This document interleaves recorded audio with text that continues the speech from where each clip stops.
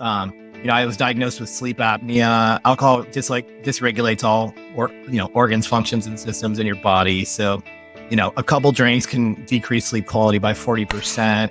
It's stressing your autonomic nervous system. I think the reality is that I was probably at 60% of my capabilities. And the reality is I see a lot of that with my peers. I think a lot of guys are, at 60%. And that's why we kind of get stuck with not really having a choice in the matter. It's going to be harder on your aging body.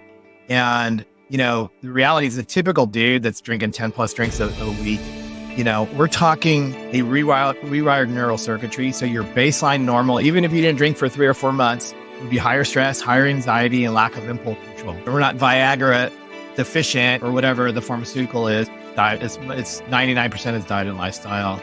And as give your body and mind and spirit a chance to recover and catch his breath and have a little bit of time to reflect, I think you start getting some pretty powerful insights. What are some of the internal narratives people need to be having about the beginning of this process? Yeah, a couple things come to mind. Obviously, Clifford Stephan, welcome to the podcast, my friend. I'm super excited to have this conversation with you today about this intersection of life, alcohol, change, enjoyment, freedom. You affectionately go by the chief vacation officer in your company, Booze Vacation. And I'm so excited to get into this conversation today. Alcohol seems to be a very hot button topic right now. It's something I think about, my friends think about, the people in my life we think about, we talk about. And I just want to welcome you to the show, man. I'm excited to do this. Michael, thanks so much for having me on. Super, super excited to be here. I mean, obviously, I think the first thing that we have to start with is how does one become the chief vacation officer? Yeah, that's a fair question. Yeah, Booze Vacation started out as a COVID passion project. A little bit about my background. Real active with sports. Played water polo, soccer in high school, and went to college and started drinking in high school. Real pro-centric kind of lifestyle. More about the buddies than just about anything. And yeah, just super pervasive in our culture, and got the corporate job. I had an HR consulting firm, and so wherever we went, work, play, real active, really extroverted, and kind of was all about it. And then kind of later 30s, early 40s, I have a degree in nutritional science. I kind of prided myself as being a health nut and real kind of a fitness guru. And yeah, things were slipping. My sleep was pretty bad. There kind of things were going sideways. And so I had kind of the time and space to kind of turn over a lot of stones, try a bunch of different diet and supplement protocols, et cetera. And nothing really worked. And I begrudgingly took a 1-year break from alcohol. I was inspired by a 4-hour Audible book, Alcohol Lied to Me, that was just pretty convincing. And I was like, oh crap, I got to take a 1-year break. And it was this crazy transformational. I honestly, it sounds exaggerative, but I felt like I found the fountain of youth and the key to happiness, and everything I had done and attempted to do in the past that wasn't really working very well worked perfectly. It was kind of just out of sequence. So I realized that alcohol is kind of the master key that you need to do first, and then kind of everything else kind of falls in line. And super pumped about my results. Having conversations with some of my buddies that have known and loved me for decades. And I just couldn't have that conversation. They were just so closed off. I think guys have, my peers in particular have just such a strong association with alcohol, fun, friends, events, and a reward system. And it's so ingrained in our identity that it can be tricky to untangle. And the realities are that I found is that, you can only piss up wind in your physiology for so long before things kind of start tanking. And so I noticed, and again, I think a lot of my peers, they have it all on paper. They have good careers and good jobs and houses and families and all that. But then you kind of look at their lifestyle, you look at their blood work, you look at the belly fat, and there's a lot of things that aren't going well. And, I know you talk about mental health and stuff a lot on this show, but I think there's nothing worse than a guy that has it all on paper, but has that disconnect and isn't looking and feeling good and is discontent, and maybe they got there and they're not really, as grateful as they should be. So, I decided to kind of be that, talking about kind of being, kind of stepping on that sacred cow and talking some on alcohol, not to point fingers or push sobriety. We're not targeting alcoholics. We're just it was more of a health and wellness play. And so, yeah, I kind of created this project that's kind of gone a bunch of different ways, but ultimately we're just trying to get the message out that taking a break from alcohol is not an idea. There's a lot of good to be done. And, I think there's a lot of just unawareness with it. And I think, all my buddies sort of address it in their own ways, but it's very often ineffective. They love to cut back or take a month off, but the science says that, probably more likely 6 months to rewire your neural circuitry and get it back to factory settings and really kind of start leveraging that time to make some strides with your health. So in your performance, so you'll be more open to, kind of maybe drinking less. So kind of just started this kind of movement that's been a ton of fun and had to come up with a fun terminology. Obviously, booze vacation is, people are like, oh, wow, that sounds really fun. And they're like, oh, wait, it's what, so it's kind of just a fun way to kind of, nah, I'm not drinking right now. I'm on a booze vacation. Gets guys to laugh and kind of gets them off your back. So that was kind of the impetus for some of that terminology. I love the play on words there because a big part of it is, you look at this journey and like I grew up playing sports. Well, when I was eligible anyways, I grew up playing sports and there was a huge party lifestyle that I was a part of. And I mean, I got drunk for the first time when I was 13. By the time that I was in my 20s, I worked for a Fortune 10 company. I was making 150, 200 grand a year. Every party, every event, every birthday, everything was completely built around alcohol. I think that also, and I can't speak to anything different because I don't know, but growing up in the Midwest, one of the things that I think is so interesting is like when you grow up and the nomenclature is around alcohol, it's normative that everything that you do is about alcohol. You party, you celebrate birthdays, christenings, divorces, like everything, right? And then suddenly, if you're not paying attention, there's a lot of health ramifications that start to present themselves. But it's so socially accepted. You talk about, specifically speaking to guys, you see women participate in wine Wednesdays and mommy meetups. And it's like, there's always the bottle of wine. There's always the gin and tonic. And again, I think neither of us are saying or defaming the things that people bring enjoyment from. I think it's more of like, there's some consequence here. Now, I think it'd be fair to say, Clifford, nobody becomes the chief vacation officer without having their own, I would call, existential experience and a mindset shift around this. What happened? What happened for you? Why go down this path? Why change your own life? What were some of the signs, symptoms, revelations? Yeah, again, it had a lot to do with my identity of knowing, degree in nutritional science, being very physically active, always looking, always striving to kind of look and feel like that kid in high school. And then that's just really going south, later 30s, early 40s. I was diagnosed with sleep apnea. Alcohol just dysregulates all organs, functions, and systems in your body. So, a couple drinks can decrease sleep quality by 40%.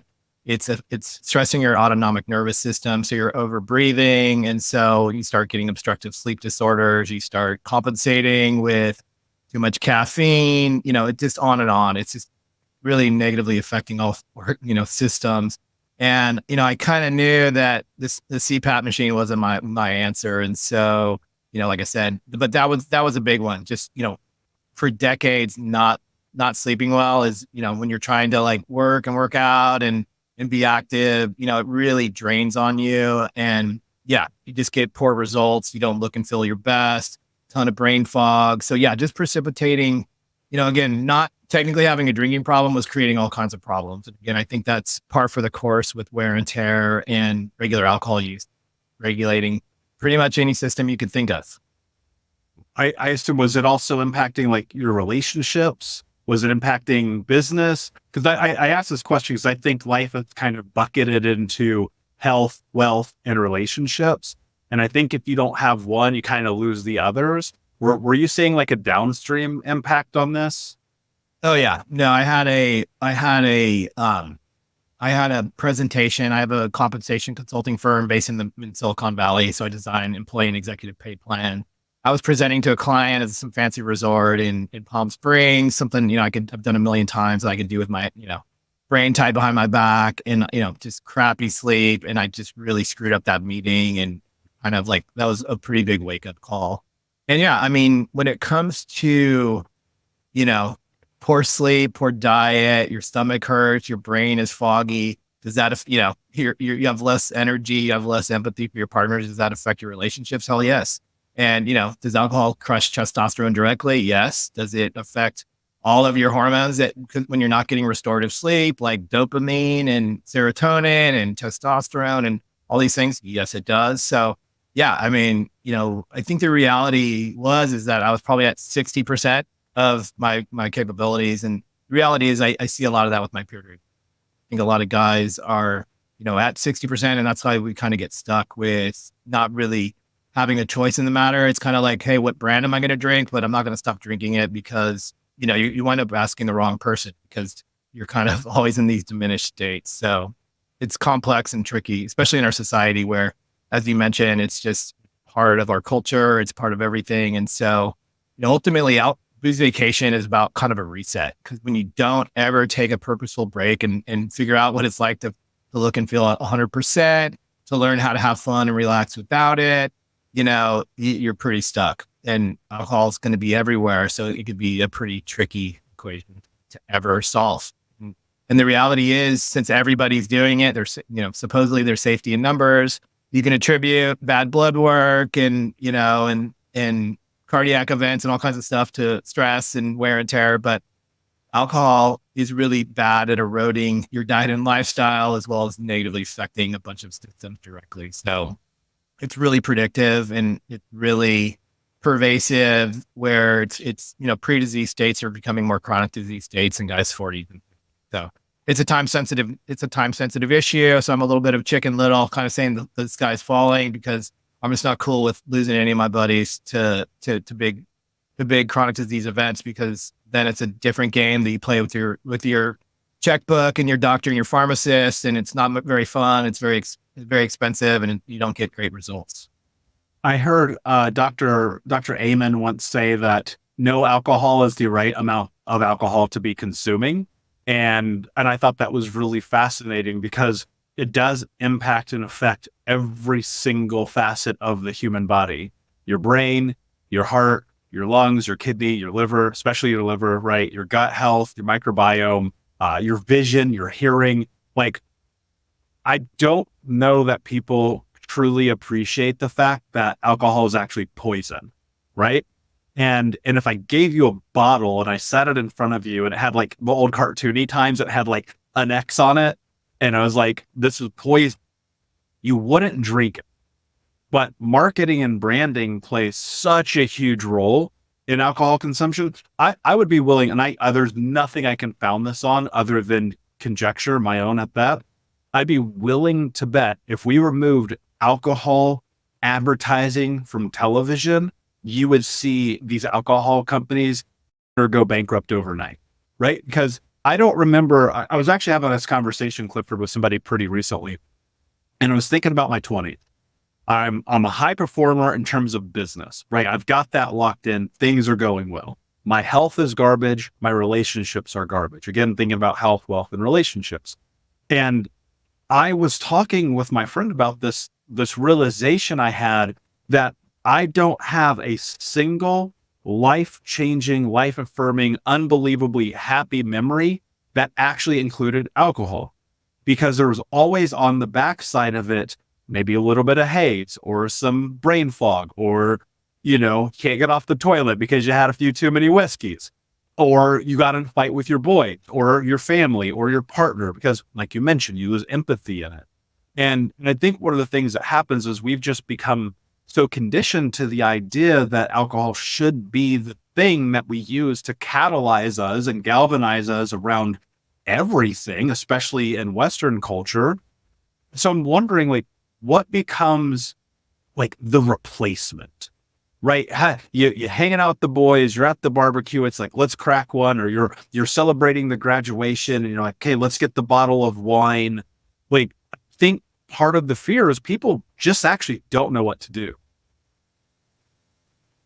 Yeah, and there's so many negative feedback loops that you get stuck in with just regular semi-responsible alcohol use when it comes to, poor sleep, too much coffee, a lot of, sugar, eating too much sugar, you have sugar cravings, too much stress and low mood, you want to drink to change the channel. So yeah, it's just pretty tricky to decouple. And as you mentioned, yeah, it's not only advertised by the world's most beautiful people, but I swear every show I watch in every scene, they got some fancy glass. So yeah, it's really pervasive. There and so kind of my point is that it's super easy to kind of just be unconscious and you're not even you're kind of asleep at the wheel. So you're just kind of perpetuating all these habits and systems.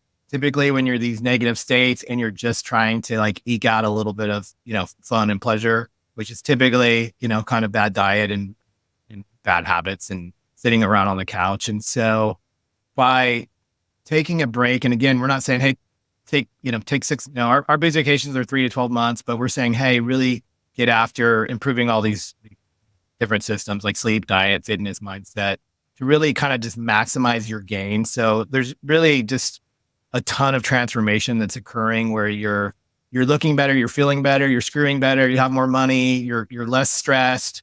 There's just so much different things going on. So, and the other reality is, I think when you're in those negative states, you really lose the chance to find happiness in the present moment because, you know, happiness is being okay with whatever happens and being present. And what you're going to find yourself is, when alcohol is fun, you're going to be kind of dysregulated and out of it when, after a couple drinks and you're going to, frontal cortex is going to be shutting down. And then during the work week, like who wants to be present when you look and feel like crap and you have all this work to do and, the fun is a million miles away because it's Monday and you have to wait till Friday for the next party. So you're really conditioned to be kind of just in these states of drudgery. And, it sounds kind of whatever, but that's kind of what I found. So you're really just kind of creating a lot of transformation. Parties are about the people. It's not about the alcohol. And I think it's just so easy to get lost in that, and again, every guy's using the same playbook. So when you show up and you look and feel better, you're having just as much fun. As far as what you drink, I mean, there's fantastic non-alcoholic beers, there's great cocktails.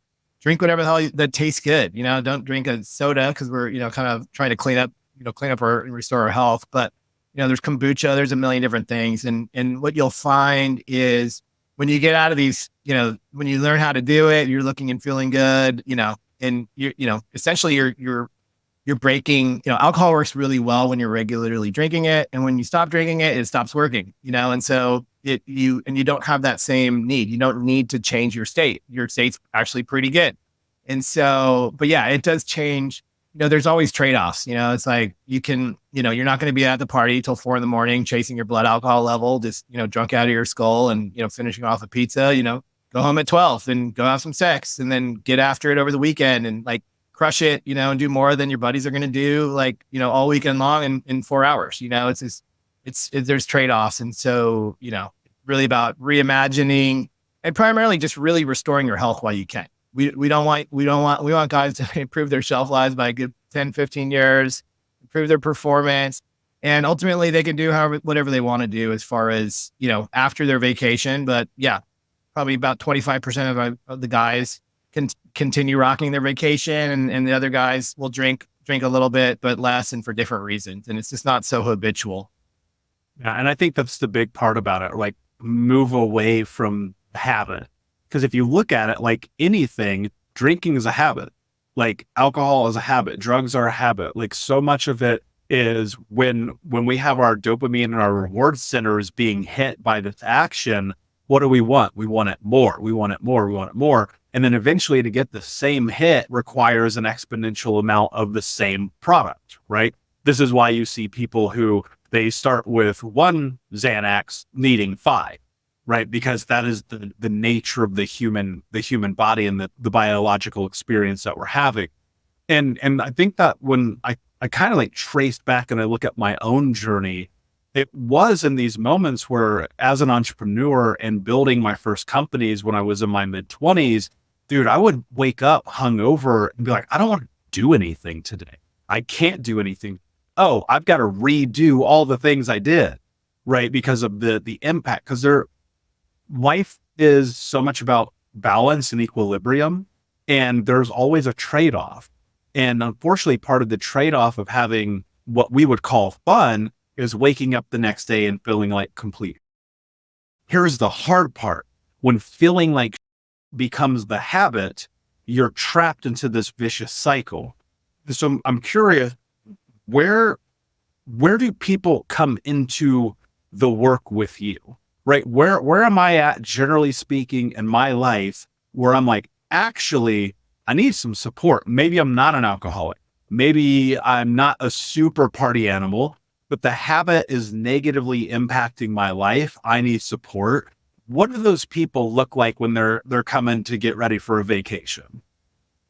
Yeah, I think there's definitely, to use myself as an example, but you kind of just get sick and tired of being sick and tired. And it's funny, I get a little blip ahead of summer, which is funny because that's when I took my first 1 year booze vacation with Cinco de Mayo. But the reality is, you look at the summer and you're like, cool, I'm going to Cabo, I got this wedding, blah, blah, blah.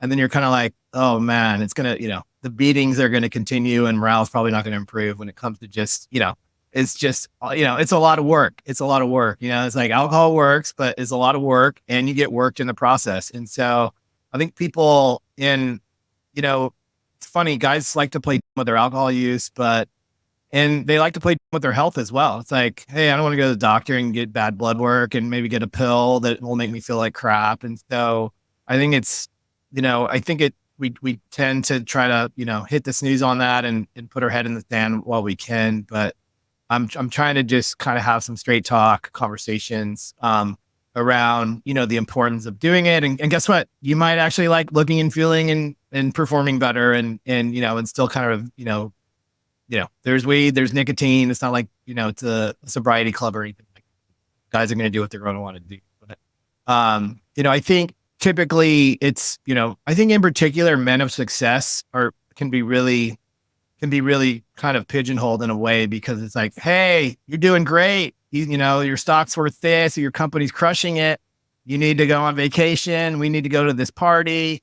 And it's like, it's funny, like the guys that make it to the mountaintop wind up like sliding off the back because, they have to celebrate and, they deserve all these rewards. And oftentimes it's alcohol based. And so that's not a good scene. And it's like, there's nothing worse than, you having the cat by the tail and then you find out, hey, I have a cardiac event or I have a cancer scare or I have, my blood work's looking pretty scary. And so it's really, it ultimately becomes, it's like, what do you want and how long do you want to keep it? And if you want, if you want something, if you want a lot, then you need good consistent performance. And if you want to keep it, you better have your health on point. And so that's what we're about. So I think when guys kind of get that memo, again, we're kind of trying to put out content there to kind of probe and kind of, let them know that this isn't an idea. I think part of the, a lot of guys will take a break on their own and they're playing defense. They're going too short. They don't have a community around it. It kind of, their heart's not around it. They don't know how to navigate parties. They don't know what to say. They don't know what to do. They don't know how to really maximize their time. And so that's what we've kind of engineered. And so it's awesome because, the reality is we get guaranteed results, when you stop kicking the shit out of yourself and you start, making small improvements, they become a lot easier as your discipline and impulse control and, your energy and you get extra time.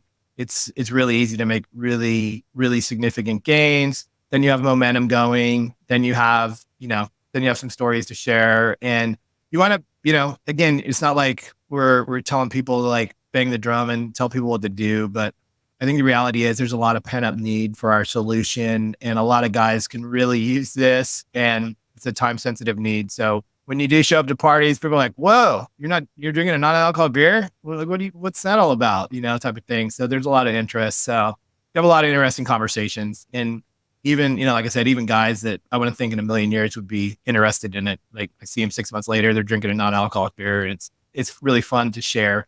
Ultimately, a booze vacation is a gift, because it's just, you're giving guys the ability to look and feel better and some tools in their tool belt to kind of navigate this world that's pretty alcohol obsessed. Yeah. And the gift is such a great way to phrase it, because people will often feel like they're losing something, right? They're like, oh, I have to give this up. I'm losing my social time. I'm losing my friends groups. I'm losing the game. I'm losing all this. But it's like, actually, when you feel incredible every day, or as much as one can as a human being, because you're not killing yourself, like literally not killing yourself, it's an amazing feeling. And I mean, obviously we're talking through the frame of men, because you do work with men, which in my opinion, highly needed, which is a big reason why I want to have you on this show. But this impacts women and everyone alike as well in this journey. And so it's not that women don't have these same problems, because assuredly they do. But I just think it's really important to, from a mental health perspective, we often find that women are so much more willing to just have the conversation about the thing. And for guys, it's like, you'll be around each other and your homie's like missing a leg because he like cut it off with a bandsaw. And you're like, are you going to go to the doctor? And he's like, no, I'm fine. And you're like, are you though? So like, I love that we're having this conversation, especially about men here. What I think about a lot is the coping mechanisms that we move towards when we have these stressful events, right? How we numb, how we remove ourselves from reality, how we try to take the edge off, which is such a big part of the conversation of drinks. Like, oh man, we have a hard day at the office. I'm going to take the edge off. Fight with the girlfriend, take the edge off. Lost the pickup basketball game that no one gives a shit about, take the edge off. Like, what are some replacement coping mechanisms that people need to be taking into consideration? So maybe they don't go on a vacation, but want to create some change. What are some things that they can be doing instead of picking up the bottle? Yeah. And, to your point, I think what really kind of motivated me and pissed me off is just the ridiculously crappy return on investment when it comes to alcohol over time, because you're dealing with tolerance and age and wear and tear. So it's going to take more to get less results. It's going to be harder on your aging body.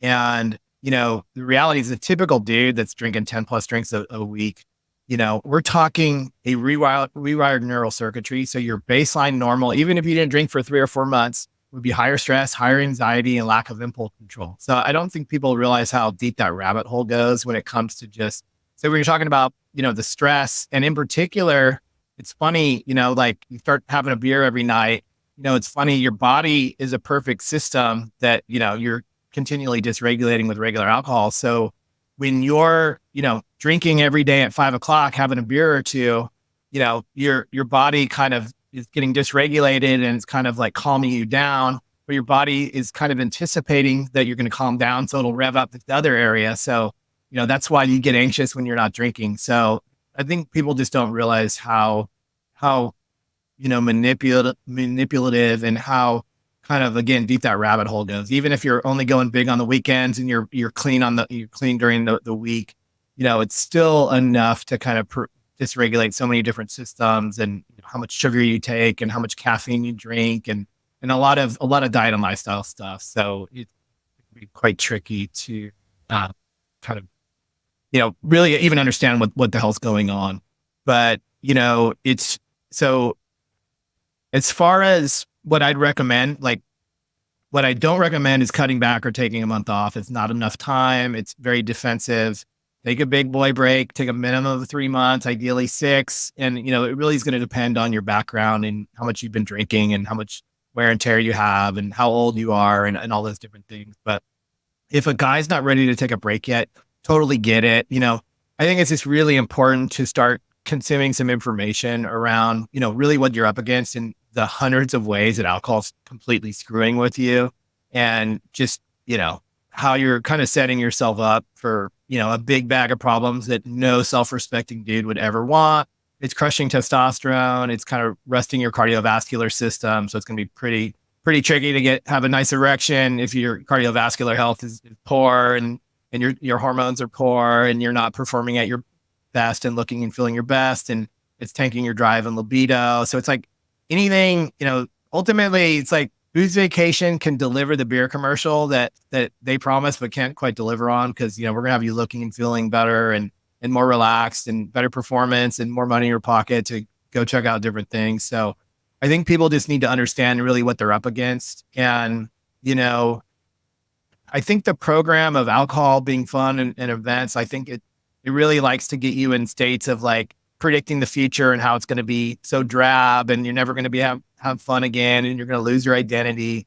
But the reality is, if you have chronic disease or severe health problems, or again, it's really eroding your diet and lifestyle and quality of life.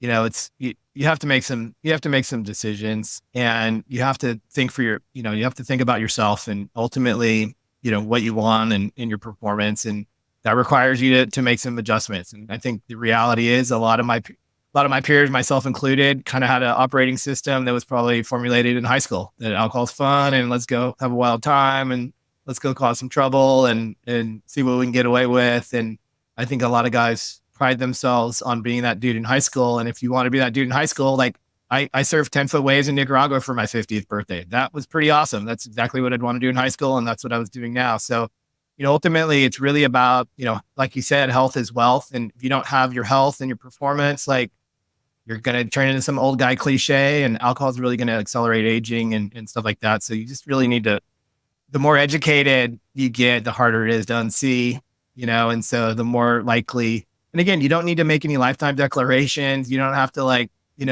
make any bold changes, but to say, hey, I'm not sure alcohol is benefiting me. I'm going to try this and see what happens. And then I'm going to take that extra time, money, and energy and start, leveraging that time to restore my systems and my performance as best I can. And then guess what? You're gonna like it. So yeah, we live in a sick care system in this society, and you have to understand the role that you're playing in your own health. And I think that we get so dissociated from it that we don't even realize the negative impact and ramification, because even something as simple as someone having issues, men specifically here, obviously having issues with erections, it's like you look at that and you don't always piece the puzzle together, right? It's not the sleep loss, not the cardiovascular health we think of. It's not the alcohol consumption. We go, oh, I'm getting old, right? You hear this so frequently. And then you go to the doctor and the doctor's like, oh yeah, just take this pill. And I've said this many times on this show. I am not anti-pharmaceuticals, but I am completely anti-pharmaceuticals, right? And at the end of the day, it's like there are so many holistic things that you can do, require lifestyle changes. But I think one of the things that people get stuck on is they don't understand that they have to raise their standards. Now, what I mean by that is when you make a decision, because you've seen this, you've probably done it, I certainly have. We make this declaration to ourselves, I'm going to do X. And then a day goes by and you're like, yeah, I did it. And then like the initial dopamine of like the doing it wears off. And 2 weeks later, you're no longer doing the thing you said you were going to do. And I think that discipline and raising your standards is a small part of the conversation here. I think the other part that's really important is having community. I mean, even with coaching and what we do here at Think Unbroken, we put you in a community. And then B, having someone like yourself or myself who's simply leading you based off our experience. If you think about the concept of raising your standards, what are some of the internal narratives people need to be having about the beginning of this process? yeah, a couple things come to mind. Obviously, you have to love yourself and you have to care for yourself and want the best for yourself, and know that, hey, that we're going to require some changes to my diet and lifestyle. Completely agree that, we're not Viagra deficient or whatever the pharmaceutical is. It's diet. It's 99% is diet and lifestyle. And so I think that's super important. And I'm sorry, I kind of lost your question as far as. No worries. I'm asking, like, what's the internal narrative that people need to be thinking about as they're like stepping into the potential of this journey? Yeah, I think it's kind of a juxtaposition of, you think you're missing out on fun and good times and you're not going to be able to have a good time. But the body's resilient and you're really just doing other things and you're really trading off one for 100, so it's not like we're just going to not drink and, you'll lose a couple pounds, but really about kind of a land grab and really going after everything. The other thing I think is important, like you said, yeah, it can be a little tricky to kind of coordinate your dance steps the first couple of weeks. That's why I think it's imperative that our vacations are, give you a long enough runway to kind of find your footing, find your sea legs, so they're minimum of 3 months. So yeah, the first 2 to 4 weeks might be a little tricky. You have the physical and chemical dependence. You're still going to be in the sugar loops, that you'll need to kind of start addressing. So we kind of sequence it. We start getting a sleep schedule. We start cutting back the sugar. It doesn't have to be day one, but kind of just react to your body and your your dysregulated system, how you're doing, and then kind of chip away at it slowly. And it's really, you're really turning off one flywheel that's perpetuating all these negative habits and kind of predictive outcomes when it comes to your sleep and your energy and your performance and your mood and your inflammation levels and your bad habits. And then as you're kind of turning off the master key, which is alcohol, that's going to enable you to kind of start slowing down that one negative flywheel and start speeding up the positive flywheel, getting to bed on time and getting the right nutrients, getting movement, getting sunlight, kind of working on yourself. And so you're going to kind of start working, you're going to start turning this other flywheel on. And so, yeah, it doesn't have to be turned on all on day one, but